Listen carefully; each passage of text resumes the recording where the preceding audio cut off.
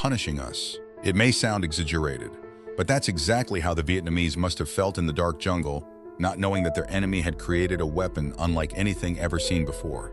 By late 1964, the Viet Cong had a routine for the planes that came in the night.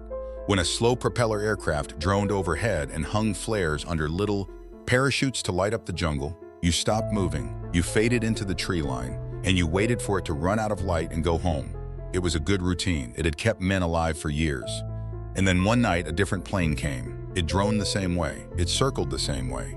So the men on the ground did exactly what they had always done. They went still and they waited. But this plane had not come to light up the jungle. It had come to burn it. It leaned into a slow, lazy turn, and the night sky tore open above them.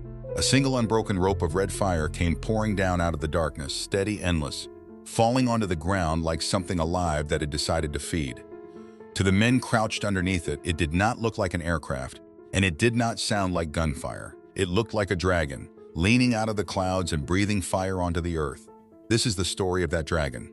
The slow, ungainly, almost comical aircraft that became one of the most feared sounds of the entire Vietnam War, and the reason that, for the men on the wrong end of it, the night sky itself became something to dread. Over the next few minutes, I am going to show you three things. What it actually felt like to be underneath this weapon, which is far more disturbing than any list of numbers. Why the very same aircraft that terrified the enemy was, to surrounded American and Allied soldiers, the most beautiful sound in the world, and the story of a 23-year-old man who, one night over Long Binh, did something aboard this aircraft so brave that it is still almost hard to believe. But to understand any of it, you have to start with the strangest part of all, because this Dragon began its life as a passenger plane. The aircraft was a C-47, the military version of the DC-3, an airliner design that dated back to the 1930s. Soldiers called it the Goonie Bird, and it was about the least frightening machine in the entire war. It was slow, it was old, it hauled cargo, dropped paratroopers, and carried mail. Nobody looked at a C-47 and felt fear, and that is exactly what made the idea so brilliant. Somebody realized that this patient, stable old aircraft could be turned into a weapons platform unlike anything that had ever flown before. The first of them went into action over Vietnam in December of 1964. They mounted guns along its left side, and they gave it a name borrowed from a popular song of the day, Puff the Magic Dragon. The men who flew it, and the men it saved, came to call it the Dragonship, or simply Spooky. The jokes about the name lasted about as long as it took to see what it did in the dark, because what they had built was the first fixed-wing gunship in history, and it rewrote the math of the night war completely. And to see why it worked, it helps to understand what it replaced. A fast jet could scream in, drop its bombs, or make a single strafing run, and then it was gone, out of position in seconds and forced to swing around again, leaving long gaps where the men on the ground were on their own. Speed in the night war was a weakness. What a besieged outpost actually needed was not a fast attack. It needed a weapon that could arrive, settle into an orbit directly overhead, and simply stay there, hour after hour, raining fire on command without ever having to leave. And for that, slow and old and stable was not a flaw. It was the entire point. The Goonie Bird could loiter over a single patch of jungle for half the night. A jet could not. The very qualities that made the C-47 look harmless were exactly what made it perfect. To understand why, you have to understand the guns, but not as a list of specifications, because specifications do not begin to capture what this thing was. Mounted in the left side of the aircraft were 3 electric miniguns. Each one could fire 6,000 rounds a minute. Not in the way you are probably picturing, not a rattle of individual shots, but a sound closer to a single sustained roar, a buzz so fast that the human ear cannot pull the separate rounds apart inside it. And here is the part that truly mattered. The aircraft did not make a fast attack run and pull away the way a fighter does. It flew in a slow, banked circle around its target, what the crews called the pylon turn, tilting the whole aircraft so that all 3 guns pointed down at a single point on the ground. As long as it kept circling, the fire never stopped. There was no gap, no pause to reposition, no window to break cover and run. What that meant on the ground is almost impossible to convey, but try. A skilled crew could put a bullet into every square yard of an area the size of a football field in a matter of seconds. Every 5th round was a tracer, a round that glowed so the gunners could see where the fire was going. Every 5th round, which means the solid, unbroken rope of red light that the men below could see was only 1/5 of the metal actually coming down on them. The rest was invisible. So when a soldier on the ground looked up and saw that glowing river pouring out of the black sky, what he was really seeing was a fraction of the destruction arriving in that same space. There was nowhere to hide from it, because it did not come from one direction that you could put a tree or a wall between yourself in. It came straight down from a machine circling patiently in the dark that he usually could not even see. He could only hear the drone, and then the roar, and then the fire. And that is what turned a weapon into a terror. The enemy who fought the Americans by day could at least fight back. You could shoot at a soldier, ambush a patrol, hit a convoy, and vanish into the trees. But there was nothing to shoot back at here. The Dragon flew at night, often too high and too dark to see, and it struck without warning from a direction no rifle could answer. For the Viet Cong and the North Vietnamese, the open sky stopped being empty space and became a threat that could tear open above them on any night, with no way to fight it and nowhere to run. That is the real meaning of the phrase, why the enemy came to fear the sky. It was not the casualties alone, it was the helplessness. The Dragon took away the one thing every fighter needs to keep going, the belief that there is something, anything, he can do about what is killing him. And yet, to thousands of other men, that exact same sound, the drone and then the roar, was the most welcome thing they would ever hear in their lives. Because this is the part of the story that the word horrors leaves out completely. The Dragon did not roam the country hunting villages at random. Its main job was to protect. All across Vietnam, small outposts, remote special forces camps, and isolated fire bases lived under one constant threat. At night, an enemy force could gather in the dark and try to overrun a position before help could arrive with the daylight. A few dozen defenders could find themselves swarmed by hundreds. And when that happened, the radio call went out and the Dragon came. For a special forces camp about to be overrun in the middle of the night, with the wire breaking and the enemy already inside it. The sound of those miniguns opening up overhead was very literally the difference between living and dying.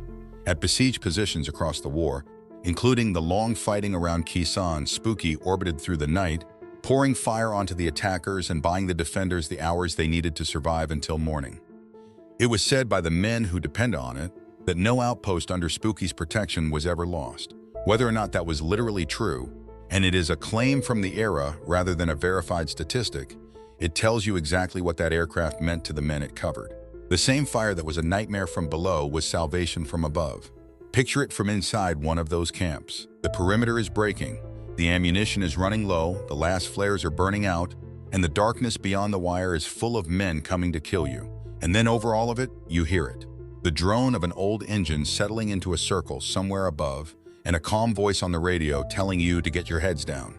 A breath later, the sky behind the tree line turns solid red, and the ground where the enemy was massing simply stops being a place anyone can survive. Men who live through nights like that have said they will never forget that sound for as long as they live. It was the sound of someone arriving in the worst moment of their lives to tell them that they were not going to die alone in the dark after all. Now, I am about to tell you about the single bravest thing anyone ever did aboard this aircraft. The story of a 23-year-old who saved 7 men with his own body, and it is the real reason this video exists. But before I do, take 1 second and do something for these men and for this channel. Subscribe right now and leave the word dragon in the comments. It tells the algorithm to carry this history to people who have never heard it, and that is the only way stories like this one survive. Done? Good. Because this is where it stops being about a machine and starts being about a man. On the night of the 24th of February, 1969, an AC-47 with the call sign Spooky 71 was flying over Long Binh, supporting friendly troops who were under attack on the ground. Aboard was a 23-year-old airman named John Levitow, working that night as the loadmaster, the crewman responsible for the flares the aircraft carried. Part of his job was to arm those magnesium flares by hand and pass them to be dropped. Flares that, once armed, would burn at around 4,000 degrees, hot enough to melt through metal. And then a North Vietnamese mortar round struck the top of the right wing and exploded. The blast tore a hole more than a meter wide in the wing and punched thousands of holes through the fuselage, and it wounded every single man in the cargo compartment, Levitow among them. He took dozens of pieces of shrapnel down his side and his legs. But that was not the real danger. The real danger was that the explosion had knocked an armed flare loose, and now that flare, a metal canister about to ignite at 4,000 degrees, was rolling free across the floor of a crippled aircraft and among open cans of ammunition, sliding back and forth as the wounded plane pitched in the sky. If that flare ignited inside the aircraft, everyone aboard would die. Levitow saw it rolling. He was bleeding from dozens of wounds, he could barely stand, and another wounded crewman was sliding toward the open cargo door. Levitow pulled that man back from the edge first. Then he turned to the flare. He could not pick it up. It was moving too much and he was hurt too badly. So he did the only thing left to do. He threw his own body on top of it. He covered a canister that was about to burn hot enough to melt steel, and he dragged it, with his body, the length of the cargo floor toward the open door, leaving a trail of his own blood across the metal. And in the last possible second, he pushed it out. The flare ignited as it cleared the aircraft. Everyone aboard lived. For that, John Levitow became the lowest-ranking airman ever to receive the Medal of Honor, presented by the president in 1970. He had thrown himself onto a burning weapon to save 7 other men. He survived the war, and he died in the year 2000 after a long fight with cancer. The Dragon is remembered for its fire. But the best thing that ever happened aboard it was a wounded young man, choosing in a few seconds of chaos and pain to cover a flame with his own body so that the men beside him could go home. That is the part of the story that outlives the machine, because the AC-47 itself did not last long in the role. Only around 50 were ever converted, a dozen or so were lost in combat, and the rest were eventually handed off to the South Vietnamese and Laotian air forces, and replaced by something bigger and far more powerful. But Puff was the first. It proved an idea that almost nobody had believed until they saw it work in the dark over the jungle. That's a slow aircraft circling patiently overhead, pouring continuous fire onto a single point, could own the night. From that strange experiment with an old cargo plane came an entire line of fixed-wing gunships, leading directly to the AC-130 that still flies in combat today. Every one of them traces back to a 1930s airliner that the men below mistook for a living dragon. By the end of the war, the Dragon had become a story the enemy told one another, a warning about the slow plane that brought the river of fire, and the camp that could not be taken while it circled overhead. But Spooky was not the only aircraft the Viet Cong and the North Vietnamese learned to fear in the skies over Vietnam.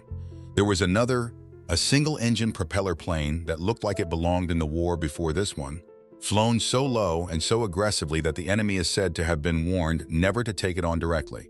It could absorb punishment that should have torn it out of the sky, and it stayed over its men long after everything else had been driven off.